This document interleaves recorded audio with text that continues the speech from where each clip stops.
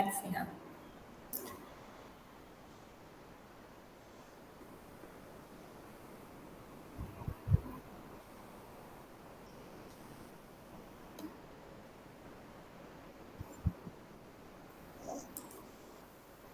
We are live.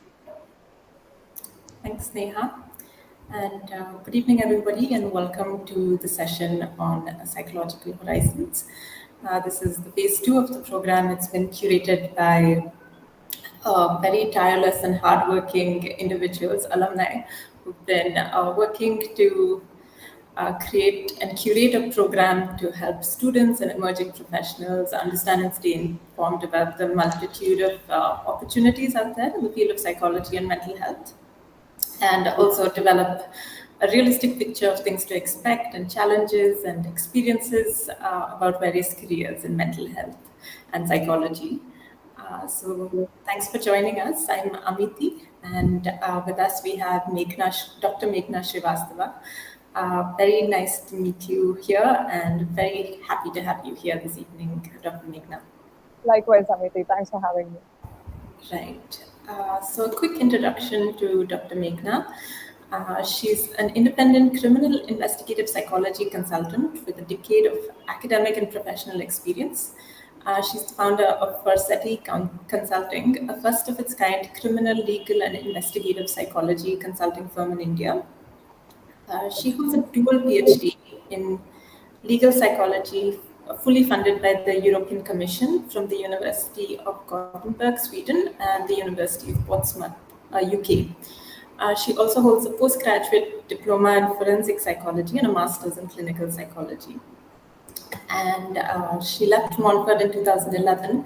And we're very curious to know, Dr. Meghna, how your education path has unfolded since then. What have you done to take this very unique path? I think there are very few forensic psychologists and legal psychologists in India, and I think you have a one-of-a-kind trajectory. And I think all of our alumni would love to hear more of what got you interested and what was the path you took.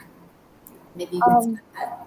Yeah, thanks for your question. So I think I knew that I wanted to do this back in 2008, 2009, when I was just about finishing up my bachelor's.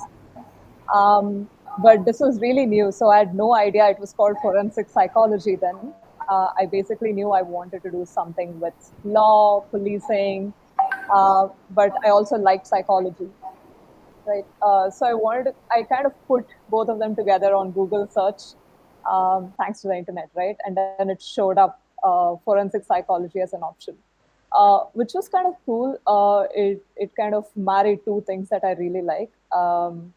And then I also realized that the only university in India back then doing this was what's now called National Forensic Sciences University. Back in the day, it was called Gujarat Forensic Sciences University. So that was the only university in India providing a postgraduate diploma in forensic psychology. So I was like, yeah, okay, this sounds cool. I want to study this. Did not know anything about it, did not have anyone to ask, how to go about things, what it entails, what are the job options like. I kind of blindly dove in hoping for something to work out eventually. It's also nice to be young, right? You're a lot more hopeful back then. So you take risks without thinking too much of your future. So I did that. So I knew right around my bachelor's that I wanted to do this. But the prerequisite for me to do the forensic psychology PG diploma was a master's in clinical psychology. So that's how I ended up in Montfort. I am from Bangalore, and Montfort was one of the top colleges at that point in time to do psychology. And since they only offered specializations in psychology, I was like, this is perfect. This is where I want to study. And I'd heard great reviews about it back then. So I just applied, got in. Yeah, so that's what I did. I did my clinical psychology master's in Montfort. I have a funny anecdote. So my first day at Montfort, I think we had like an introductory session in our class where we had Professor Smita Sandon. And yeah, so she came in and she said, "Hey, so let's all introduce ourselves. This is this is what I do. So why don't you tell everyone what you guys do?" And people stood up one by one, said their names, said, "This is what I'm doing. I want to specialize in so and so thing in my second year, and this is possibly what I want to do later." And a lot of them were like, "Yeah, I'll take it how it goes. I'll just do this masters and see what's in store for me." And I happened to be the one who said, "I'm just doing this clinical psychology course because it's a prerequisite to do forensic psychology. So that's what I actually want to be doing." And nobody had heard of that back then. And they said, "Okay, you seem to know exactly what you want to do. So this is basically a pit stop for you at Montfort." I said, "Kind of, it's kind of forced to do this course. I wish I didn't have to do clinical psychology because I was not a big fan of working in hospitals and with clinical populations in general." So I said, "Yeah, well, you got to do what you got to do. That's my passion project." So Shita said, "Yeah, I don't know a lot of people who know exactly what university they want to go to later and do the course that they want to do. I hope it works out for you. Good luck," she said. Here I am 10 years later. Fantastic. That's so fun and so nice. I think that happens because a lot of people, especially in our generation, are so confused and have so many different directions. But it's nice to know that somebody knows exactly what they want to do and also stayed with it 10 years later and have the opportunity to come back and say that I did it. Yeah. That's fantastic. And I know after Montfort, you did a diploma and you did your doctorate. Could you talk about, the process of that? I mean, since you knew exactly where you were going to go, but how was the experience? Because you probably early on knew what you were expected or what you wanted. But did that meet your expectations? Were there challenges along the way? Yeah. So, like I said, the only university in India offering a postgraduate diploma, and that was the only course. So now we have a lot more courses in forensic psychology. You have a master's, you have a MPhil, you have PhDs in forensic psychology today, all over India. So many campuses. Um, but back then, there was one campus and one single course called PG Diploma, uh, and it was a 1 year course. So how I got in was you write an entrance exam. So they take about 15 people across the country every year for courses there. This was in 2012. No, 2011. Um, so yeah, maybe processes have changed a little bit, but I'm pretty sure most of the things remain the same: the entrance exam and getting through, and number of people taken in. Yeah, so the challenge was it was limited number of seats, and it was really the only college offering me this. Another challenge was I couldn't go abroad to do this because they wouldn't recognize our master's degree. Right. Yeah, and to do forensic psychology abroad, you need a clinical psychology degree again that is accredited by an abroad university. So for me, it was literally one university, one course, and really hope to get through that. Right. So fortunately, I managed. Funnily, we were about 5 people in my class. I was in the second batch of the university. Oh, wow. Um, Okay. yeah, and we were 5 people from random states from across the country showing up and doing this course that nobody has heard about. Things have changed a lot since. The infrastructure has changed, the building has changed, the faculty has changed. A lot of things have changed, of course, and things are a lot more streamlined now. So another big challenge for me personally. So I'm from Bangalore, and I mean, you probably know, living in Bangalore, we're generally spoiled in terms of weather, right? So I kind of died staying in Ahmedabad for a year and Gandhinagar, studying in Gandhinagar in 44, 45 degrees. Yeah. It was not fun. There was a point where I said, "What am I doing with my life? I'm just going to go back to Bangalore, quit because I can't deal with the sun anymore." But you're not, as an Indian, you're generally not allowed to quit things. Yes. So you finish, you take up something, you finish, and then you come back. But I think gradually, once I got over the weather and understood how to deal with it, which is basically stay in air conditioning in the university as long as possible. Yes. Uh, managed. So that was my postgraduate diploma. The PhD was actually much later. So I actually went for my PhD in 2016, and I finished in 2019. Right. Right. So in between my postgraduate diploma and my PhD, I worked for quite a bit. So I worked in a prison. I worked in, I kind of interned in forensic science labs, got a hang of what people do there. Worked in a brain research lab where they were doing some forensic psychology related research, and then eventually decided to do the PhD. Right. Okay, that's interesting to know. And I mean, I have so many questions about what what actually forensic psychology entails, and I know that your PhD is slightly different. It's legal psychology, not forensic psychology, and I've looked it up, but I'm not still sure that I know the difference. So could you talk a little bit about that and what in day to day life, what does that mean? What is the difference Sure. with the two fields? Sure.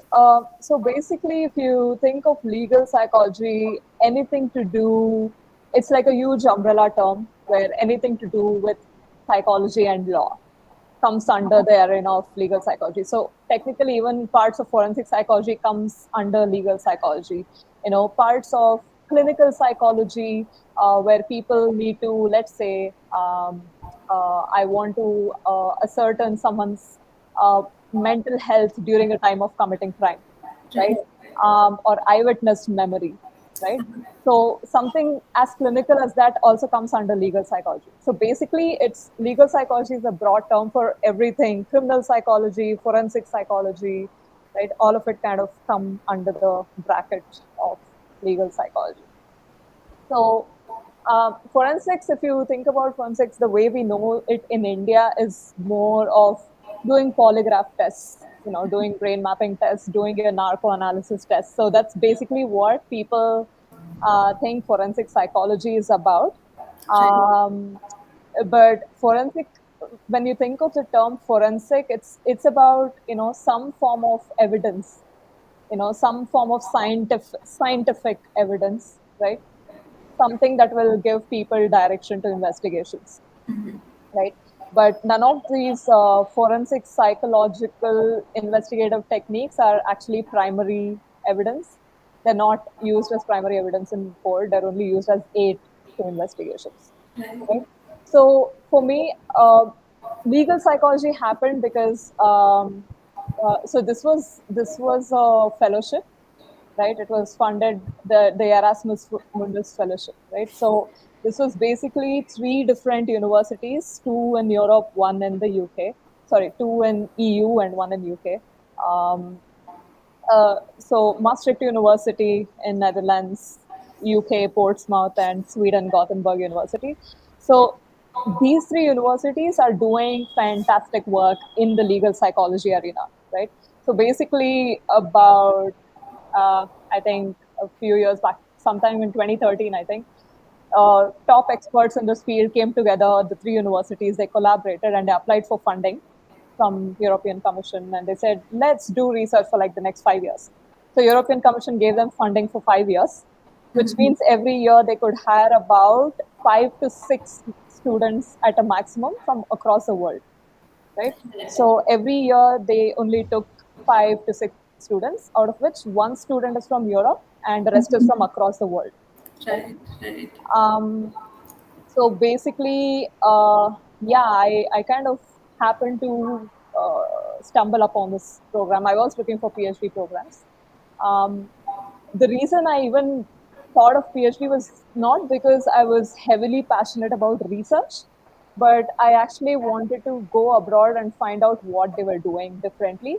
Because in India, honestly speaking, it's very limited in terms of what people do within the forensic psychology arena.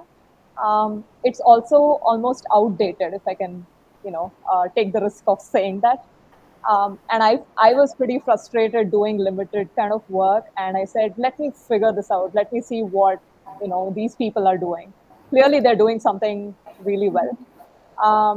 So I was really lucky. I got in the 2016 batch of the five other people.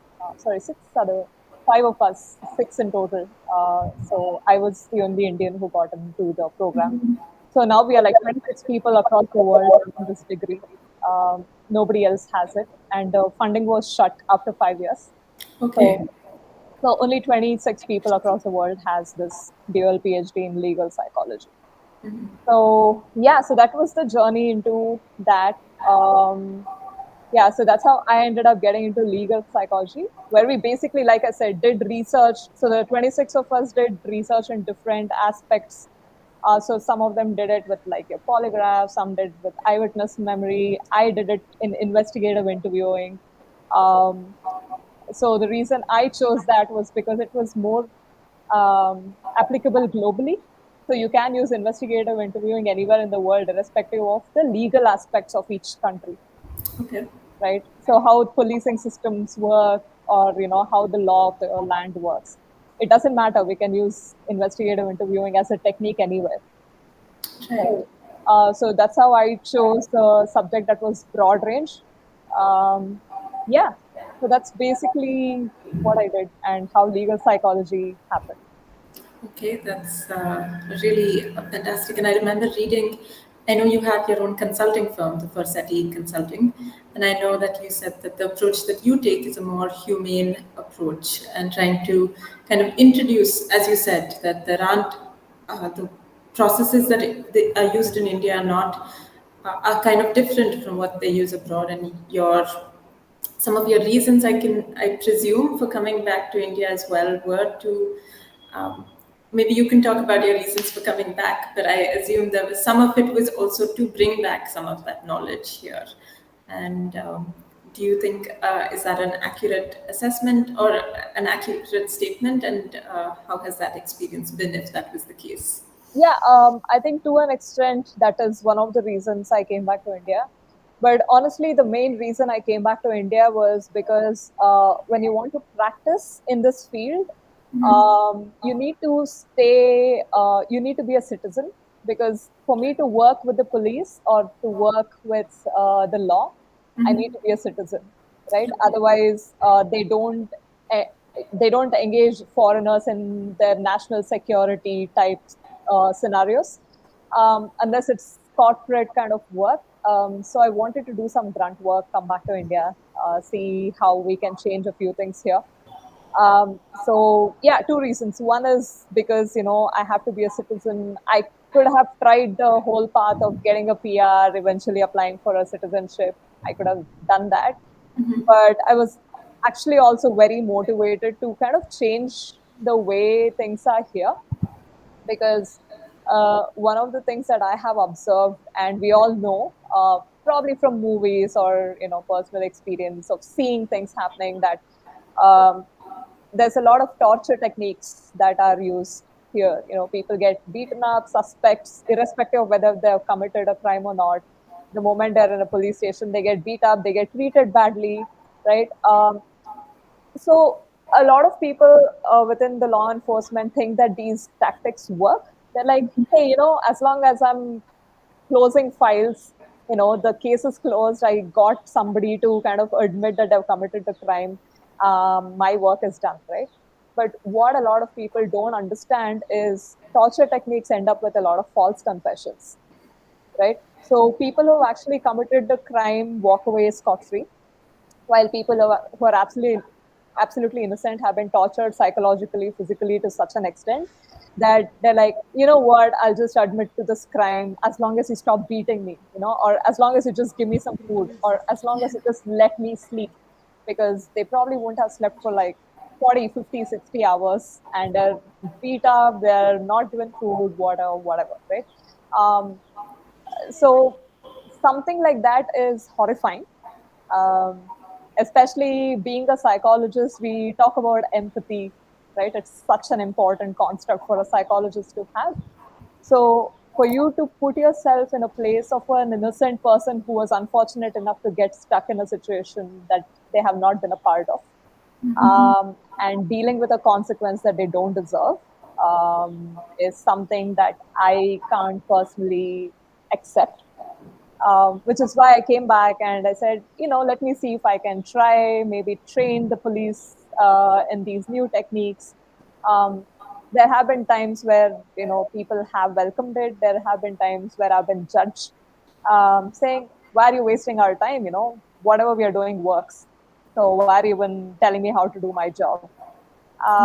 So yeah, it's been a difficult journey, and I hope it gets better. But we'll know in all in good time, I guess. Yeah, thank you for sharing that, and I really do hope it gets better too. And given my limited knowledge of forensic psychology, I knew that if I can take a moment here to share myself, a few things about my limited understanding with the criminal justice system. And I think those of us who are not lawyers are interest or understanding of prisons itself or the justice system is through personal interest. And a few things that shaped me, I remember, actually, they are things that happened at Montfort. But once we had to write an assignment on, psychological rehab methods that were used in prisons. And I think that was an extra credit assignment just handed over. But I took that quite seriously and I got really wrapped in the research to even understand that prisons in India are so overcrowded. The statistics are staggering. Like, the overcrowding, the number of people under trial who are there for many, many years, the lack of psychiatrists in such a space that just is so psychologically damaging.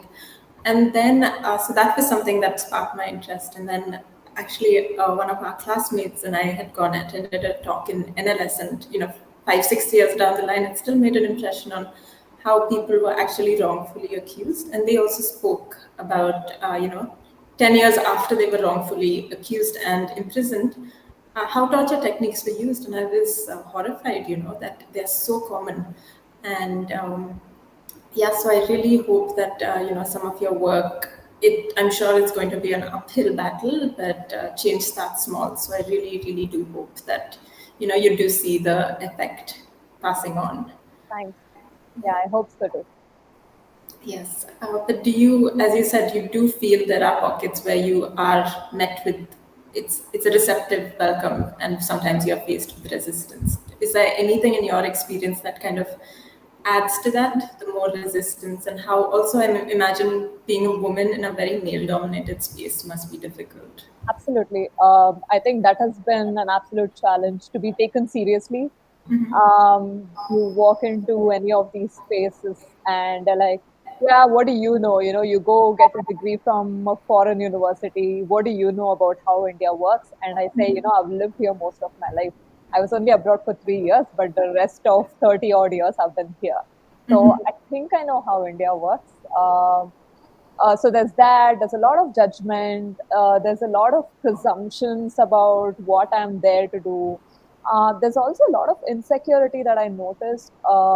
I have tried to speak to some top officials in some top organizations that I do not want to name for obvious reasons, um, where I've told them, hey, this is what we can do. This is how we can collaborate. This is how I can help. But I've seen a lot of insecurity where people feel like I'm out there to take their job, which I'm not. I'm happy to just collaborate from a distance. But they're very unwilling to kind of budge from their comfort zone. They're like, oh, we have. Uh, I mean, the test that they do is like, oh, we do draw a person test on criminals. That I think that was discarded 50 or 75 years ago from like the rest of the world as unscientific. Is still being done in our country as scientific information as part of files of criminals, right? And for me, that was really shocking. I thought, hey, these are good organizations. Like they should be doing something really good. I mean, in some aspects, they are doing a good job, but like in at a more lower level of understanding criminal behavior, why they do what they do, getting to the crux of the matter, we are so far behind. It almost blows my mind. And the fact that they're not really open to kind of looking for change because they think this works makes it even harder, right? It's like you kind of liking a certain food, right? It's like as a South Indian, maybe I like idli sambar, right? And it's like I go to a different country and like I just go looking for an Indian restaurant for idli sambar instead of experiencing something new and maybe taking back a new palette, right? Right. And maybe understanding, hey, okay, I like this too. I like idli sambar, but I also like these other cuisine. And actually, those are probably, like good for health too or whatever, right? Um, yeah, so that kind of open-mindedness, I think we are a bit far away at this point in time. So what initially I try to fight my way through it, and then I realized that's not going to work because it's a lot of people against maybe one or two people like me, right? So instead, I kind of did my own thing, which is how the consulting thing happened. I just decided I'm going to do everything. Right. Right? I like mental health in general. I like academia.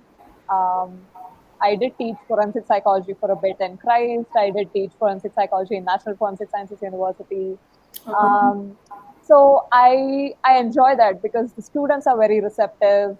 Um, I realized I really love teaching something because I'm very passionate about it.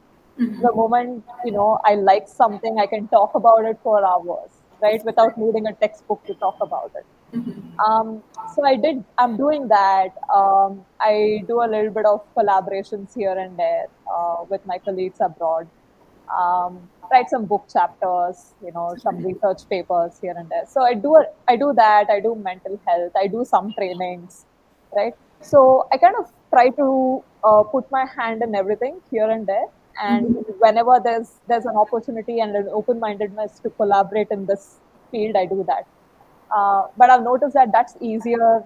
Like recently, I did a seminar. I was part of an investigative interviewing seminar in Belgium. Okay.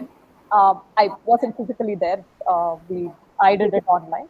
Right. Yeah, but yeah, I was part of a training, like a workshop of sorts, where we spoke about our findings in the investigative interviewing arena that they could use in maybe financial crimes or just general crimes. And they're so open and so receptive to academia in general and researchers in general. They really want to know and they really want to learn. I hope we get there faster here in India. Yes, yes. Being in the research field, I can relate to that. And also, as somebody who has to work with different professionals, I do feel that. But maybe, it starts small and then it's a ripple effect across. Yeah. Do you feel, just a follow up question, that, do you work across states or is your work located in India, in Karnataka specifically, or have you worked across the states, maybe more in Gujarat? Uh, so I worked a little bit. I mean, initially I worked in Gujarat while I was studying. There was actually less studying and more working because I think it was still developing as a course, and a lot of people were still kind of figuring out how to go about it. So there was Right. a lot more working and a lot more self-learning and understanding things, which was cool because I learned a lot of things in the lab or in person. Uh, I was 2 weeks into the university, and for my great luck, I they got a case from Karnataka, and the suspect could only speak Kannada, Okay. and I was the only other Kannada speaking human being in the campus. So they dragged me out of class and they said, "Come, you need to talk to this person." I was like, I have no idea how to do this. And they're like, no, no, just ask these questions in Kannada. I'm like, okay, cool. And then I got so involved in the whole thing. And then I found out so much more than they asked me to, just because I could connect and I, kind of did not intimidate this person, which was great. And that's when I realized, like, yeah, you need to learn how to do this. It's not about, hey, I'm going to drag you and do a polygraph test on you, or I'm going to drag you and do this other test on you. Uh, Sometimes we just have to stop for a moment and realize the person sitting on the other side of the table is a person. Exactly. Yeah, as a person. Yeah, it's a person with maybe their own family, with their own lives, with their baggage, with their issues. Maybe they have done something wrong, maybe they have not. Right. and you just need to talk to them like a human being and not as a criminal, and that takes you a long way. Yeah. Yeah. Yeah, so that was one of my first experiences of actual work. But yeah, right now I am not kind of closed off to working only in Karnataka. Of course, I wherever work takes me, I just do it. The fact that I'm consulting on my own really helps because I don't nothing really holds me back. Right. So if it's something that's interesting for me and I like to do it, I just take it. Yeah. Yeah, That's fantastic, and I really liked what you said on the previous point about that sometimes in institutions you're just so used to the institutions that you forget that there are people behind them, and I think that's applicable in so many contexts. absolutely. Um, this has just been so interesting to learn so much about you. I have some very specific questions now, just about I imagine there are other people who have shown interest in pursuing this path. So from a very student focus, uh, you've described your day-to-day life, you've described some of your challenges.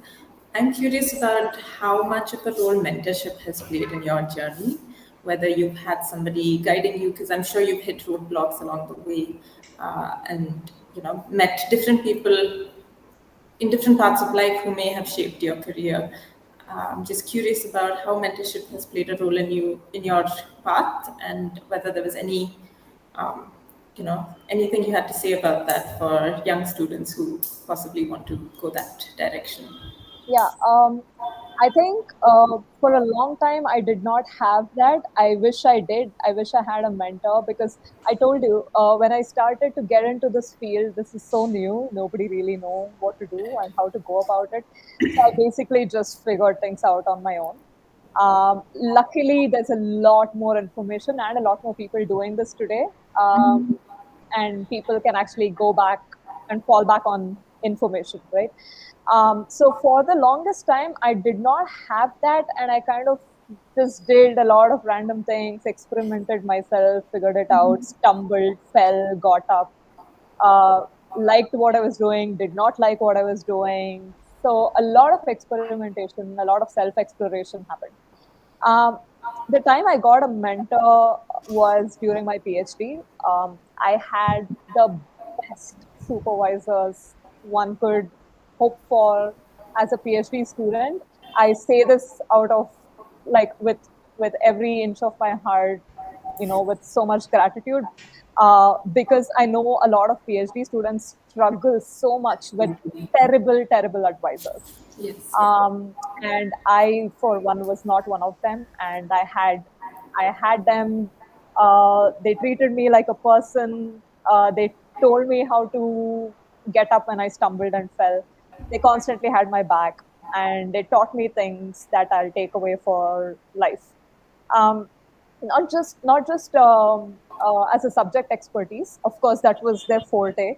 So I learned a lot from them, of course, but more in terms of how to kind of, for example, how to be a great teacher, right? Or how to be a good supervisor. You kind of pick these up, and what are the things that sets you apart as a supervisor, and what are the things that sets you apart as being a good teacher, right? How can you help someone who does not know anything?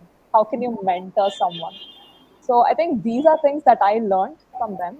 And until today, I'm still in touch with them. I still randomly send a WhatsApp text saying, how are things? I miss having you around, or I ran into this problem. What the hell do I do? And even to this day, they're very receptive. They just write back to me and say, this is what you will do. Or, this is what I would do if I were you. Right. Yeah, so that has really, really helped me grow as an individual. Professionally, personally, I think it's made a huge difference. So I think mentorship is really, really important. Right. That's fantastic, and I know that with the doctoral program or PhD, the mentor or the supervisor really can shape your journey or make life very difficult. So I'm really glad that that worked out very well for you, and at such a prestigious program as well. Okay. Um, and anything else, if for anybody else, as you said, things have changed in the past 10 years a lot. But would you have any specific advice for anybody who wish to pursue this path beyond mentorship? But like any tips that you have learned from your journey? Um, so I think one thing that might help for people who want to pursue forensic psychology as a career would be to figure out if they want to practice or if they want to be on the research side, right? And there are multiple ways of practicing, multiple ways of getting into academia. Um, so we have these entrance exams called FACT, right? That students can write after their master's program, and that will give them entry into the government jobs, right? State government, central government, whatever. So your CBIs, your NIAs, your FSS, forensic science labs across the country. All of them have forensic psychology departments, and they have different roles, starting from scientific assistant to officer to you have like higher level roles. So if that is the path, like the government job path is what people would take, then they write these entrance exams, um, and that will kind of help them in the process. Um, if they want to get into academia, I mean, there's still a lot. So in terms of like knowledge base, India still has a long way to go. So if you are looking, there's not a lot of people who can kind of guide a student to do stellar research yet here. There are a few people, yes, but not enough. And in terms of ideating and coming up with research plans, there's just not enough knowledge base here yet or openness yet. And there's a, like I said, there's also a lot of resistance because a lot of people hold dear these little things. Like, for example, people who vouch for the veracity of a polygraph test kind of hold it like it's the Bible, right? They hold it like it's the sole truth and it's absolutely foolproof. Right. And someone like me would walk in and just like, kind of rain on their parade and they would get really angry, right? And they would just like not even allow me to kind of go forward. They would close all doors. So that is a problem here. So academia is great abroad at this point. I hope that things will start getting better here. Right. But you can always do a PhD abroad, like I did. It will open up a lot of doors, whether it's abroad or here. Um, and yeah, I think that's that. It's not a very straightforward journey. Forensic psychology sounds very cool. It is very cool if you're doing all the right things the right way. Um, but it can get very frustrating, especially for someone who is very curious and who wants to keep growing, keep learning, keep doing new things, do a good job, feel like you're doing the right things and developing things. Then you might end up being a little frustrated because the process is not very streamlined here. So my advice would be to kind of go in with a pinch of salt. Yeah, like take the whole experience with a pinch of salt, and start kind of doing, like I said, making small changes, right? Where we can't go tomorrow, and say, hey, we are going to change the entire system and like change the world. That's not going to happen. You have to be open to be disappointed constantly, again and again, every single day. Be really, really annoyed, irritated, frustrated, all of those things. But then also come back and say, hey, I tried, I did this, and one person, was receptive to my idea. And I think maybe that person can help me do something slightly better tomorrow, right? Right. If you have that kind of patience and that kind of resilience and drive, to keep getting disappointed and get up every day, then go for it. Also, like I said, the simpler path is the government job thing, the whole thing. Not for someone like me, because I also get bored very easily. I can't do one thing. I can't do the same thing every day. I like Right. variety, which is why I didn't take that path. Uh, But yeah, that's another safe option if that's the kind of career you want. Right, right. Yeah, Yeah. that's good to know and actually helpful when you put your own perspective in it. And I think with your consulting firm, you get to, dip your hands in so many different aspects of the same topic with teaching or consulting or training. Okay, I know we have a close at 7 sharp, but so maybe we can welcome questions from the audience now. Whoever's listening in, if you have any questions for Dr. Meghna, please do send them in. While we're waiting, I know, Dr. Meghna, you also have a very strict work-life balance policy, and I think that's really commendable in times like this, especially when, with the pandemic, a lot of people have let boundaries blur. So do you want to talk about that to the rest of the audiences and how important or centering that is for you? Sure.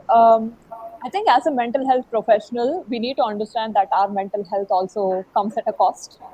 And when we talk to people about, yeah, you need to work on your stressors, you need to do this, you need to do that, we need to also understand that we also need to do those things. Yeah. Right?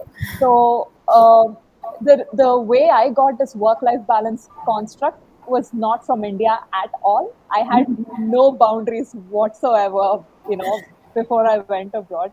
But I lived in Sweden for 3 years, and my God, Western Europe has amazing concept of work-life balance. They completely shut off on weekends. They completely shut off in summers. Nothing will change that, right? You can send 500 SOS emails on a Saturday, and you will not get a response until Monday morning. Yeah, and that That. was absolutely great. It's so nice to kind of be in a place where people respect that space and just say, hey, you know what, it's Friday evening, close the office, get out of here, go have fun with your friends, right?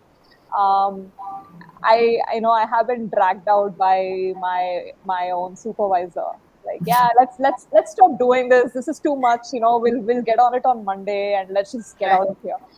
um, and that's where I realized people are a lot more balanced. They come back, they work really hard for 8 hours. They come at the same time, leave at the same time. If you've not completed it, you complete it tomorrow. It's okay. But I need to go back home because I have my family or my children or somebody waiting for me, or I have nobody waiting, but I don't care. I just want to Netflix and chill, Right, that's right? important. So yeah, nobody judges you, right? And I said, you know what, this is exactly how I want it to be. And even if people judge me here, I don't care.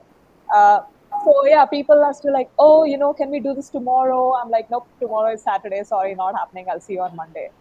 Right. And I had to, I have gotten some trash for that, but whatever, people need to get used to it if they want to work with me. Yeah, I think this is another thing that you're bringing back from abroad, but it's so important because if you have a tired mind or not functional, Yeah. your work is affected. You're not really giving it your best if you are not feeling your best. So Exactly, and it's really I don't even know why they call it work life balance. Like work is just a part of life, right, right? It is not even something you're balancing. If you're taking 2 days off in a week because you're giving 5 days to work, how is it balanced? Right? We are actually already in an imbalance, but I'm going to take 2 days off anyway out of the rest of the 5 days I'm working. right, So I think it's important that we take time off for ourselves, identify things that will make us who we are beyond our work. We can't make work our identity, right? Like the pandemic told us that, one day work might be taken away from you and you'll have nothing to do. Then what? right, Right? right, A lot of people kind of went into a lot of, their own shells because of lack of work, because people make it their identity. Right? And that is scary because what are you beyond work? Who right, are you individually? If I take away your degrees and all the things that you have done and throw it into the dustbin, who are you as an individual? right. Yeah. So I think that is important for all of us to define and stick to, because you're more than your work. Yeah, I fully, completely agree with that, and I hope all of us, find that way to balance. And we're all at different stages of that, but that's so important, and also about separating work identity from your own identity. Yeah, absolutely. Yeah, well, it's been really such a pleasure to talk to you. And Likewise. I think there's a couple of questions that have come in from the audience. Sure. So maybe I can start there. The first one is, are there any institutes in India that can help pursue this job? I think probably in the initial part of the conversation, you talked about the Forensic Institute in Gujarat. But I think the question is probably coming from, are there more institutes beyond? Yeah. So there are a few private organizations, colleges offering this right now. Very few, but the majority is from National Forensic Sciences University. So Gujarat Forensic Sciences University attained the national status a couple of years back. So since then, they are setting up different campuses across the country. So it's most likely them who will have the major stake in offering a course, at least in India, as of now. Okay. In terms of infrastructure, because they've done it for so long, they kind of know how to go about it. But I also do know that like maybe a Jain University in Bangalore or Christ had a certificate course. So they're not full-fledged yet because they don't know how to go about it. But yeah, if you want to do it now, then yeah, a standard path is the National Forensic Sciences University. Right. Okay, that's good to know. And there are other certificate options as well. Yeah, there are certificate options. So it depends on how deep you want to get into this. Yeah, if it's just out of interest, you just want to see what it's all about, then you can just like do a certificate course and pursue something else. But if you want to stay in the field, then yeah, I mean, you might want to stay in it a little more, maybe do an MPhil because that will give you a little more practice exposure. Um, the good thing is they have collaborations with other places, maybe prisons and forensic science labs. So you also get some practice Right. in the field. So that way you'll also know, okay, is this what I want to be doing? Yeah, so that's that. In terms of work, like I said, you have your forensic science labs in state and central levels. You have CBI, you have National Institute, National Investigative Agencies. So all of these places offer forensic psychology posts in different formats. Okay. Yeah, Thank you. And I think there's one more question, which I will leave to you to interpret, which is quite broad. That what are the ethical perspectives involved in this stream of work?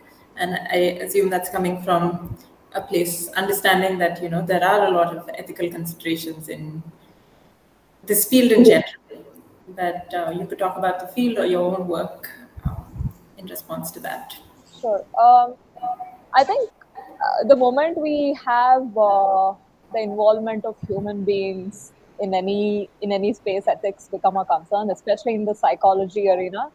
Ethics become a bigger concern, uh, and even more so within legal forensic psychology because there's there are certain practices that we do that we consider ethical or necessary for the larger society. For example, the torture techniques, ethics don't even come into question in this. They just do it because they think, oh, if I beat this person up and punish this person, it will help the society at large, Right. right? So where are your ethics there? Versus, somebody beats somebody up can go to prison because it's wrong on the Right. street. Yeah. So honestly, I think ethics is such a gray area here. Um, it's a rather tough question to answer in a very streamlined manner. Um, but I think they're trying to follow ethical practices, at least in academia, in terms of like doing research, getting data, all that. They're trying to do it a lot more better. But in terms of practice, I think it's a lot. So like there's places like the US, right, where they still practice psychological torture techniques and they give it a name, right? In terms of like questioning suspects, right? So they have a whole questioning technique, right? That they have designed and police get trained in it, but it's basically a form of psychological torture, Right. right? Which also leads to so much false confessions. Yeah. Uh, but they practice it. Right. It's actively practiced even today, right? And then there's like people in Western Europe, UK, who are challenging that practice and saying you can't do that. That's still torture. There are manuals where they say, it's if this person is not telling you what you need to hear, you can waterboard them. You can beat them. You can do this. You can do that in manuals, right? Right. Practice manuals. Yeah, yeah. So if you're asking me about ethics, not a lot of places have them, especially in the field of law enforcement. It's a massive gray area, but I think as practitioners, we need to find Ways. what works for us and where we draw the line, Right. which is where I kind of spoke about human techniques, investigative interviewing techniques, non-torture techniques of Right. asking questions with methods that are more scientifically proven to give you responses that are not false confessions. Right. Right. Yeah, I don't know if that answered the question, but like I said, there's no straightforward answer to that question. It's such a gray area. Right. But No, great question though. it is a great question. Yes, and something so important. I'm just curious, you said that the manuals itself are not written in a manner that's agreeable to your idea of how things should be done. Is there any, and this is me asking, but is there any way to kind of rewrite the manuals and not just rewrite the manuals, but what's written in the book and what's practiced? Is there any scope for that to change any of that? Um, so I'll give you an example, right? And I think this is just available on Google to download as a PDF. So the previous CIA manual, right? And CIA is so popular for its investigations, right? Right. So the previous the I say previous because it has been edited now. So those are the manuals that talk about different ways of torturing and how that's okay. So they openly talk about really really horrifying torture techniques, right? Drowning, waterboarding, uh, you know, starving, hitting, whatever, right? Um, and then now they've, like the whole Human Rights Commission, they kind of said, what the hell, this is not how we're supposed to do it. So basically, the edited version has all those things scratched out Right. and basically don't do this, this is not okay. So sure, like, yeah, we can edit it, but like, have they stopped doing it? We don't know because we don't go and watch behind doors what's happening. Yeah. uh, and that's kind of how it works everywhere, I think, right? Even in India, we don't know what happens behind closed doors of the prison, until something shows up. Oh, somebody was killed in encounter, or somebody was tortured, or somebody was not given food, or whatever, right? We don't know. um, but sure, yeah, let's go ahead and make those changes in books. Right, right. Yeah. Yeah, that's also true. Yeah, well, we're coming to a close, and thank you for your presence on a Saturday evening. Thank you for bearing with my questions, which are so curious about a field that I will not be working in, but that are, as a citizen, we are so interested in. And I really do hope that anybody who's interested in pursuing this path is, I'm sure they have a lot to gain from this. Just a final question: if, in case somebody is interested in pursuing this path, can they? Is it okay for them to directly reach out to you if they wanted some guidance or questions to ask on a one-on-one basis? Sure. I think you have my LinkedIn profile, so they can just reach out to me on LinkedIn. I'm not on any other social media. I'm very old school. LinkedIn is where I do work, so I'm there, so people can just reach out and leave me a text, and I'll write back. Sure, sure. Great. I think that's really helpful for anybody watching and interested. And wishing you all the very best, Dr. Meghna, with all your work and the changes you wish to bring about. And I hope I'm certain some of it will translate somewhere.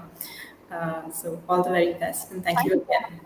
Thank you so much. I hope I didn't make this a very depressing Saturday evening, because we go into some dark topics of discussion. And if it came off as discouraging to any of you, that's not how I wanted it to be at all. But I think I wanted to give a very realistic picture because as someone who got into this field like 12 years back, 11, 12 years back, I was very hopeful and I thought it would look very different. It did not. So I'm just giving you my experience. This is very personal. So maybe your experience will be different, and maybe we can work together someday and make a change. Uh, but yeah, I mean, we need more people in this field to make things better. We want more students to be doing more research, good work. Um, it's only people like us who can make a change, right?